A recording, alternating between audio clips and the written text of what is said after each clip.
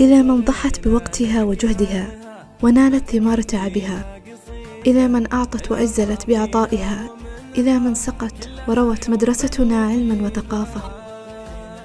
معلمتنا الغالية، يا من أعطيت للحياة قيمة، يا من غرست التميز ومعانيه بين جدران مدرستنا لكي نحلق في سمائها، لذا نرسل لك وسامة من النور بعدد نجوم السماء.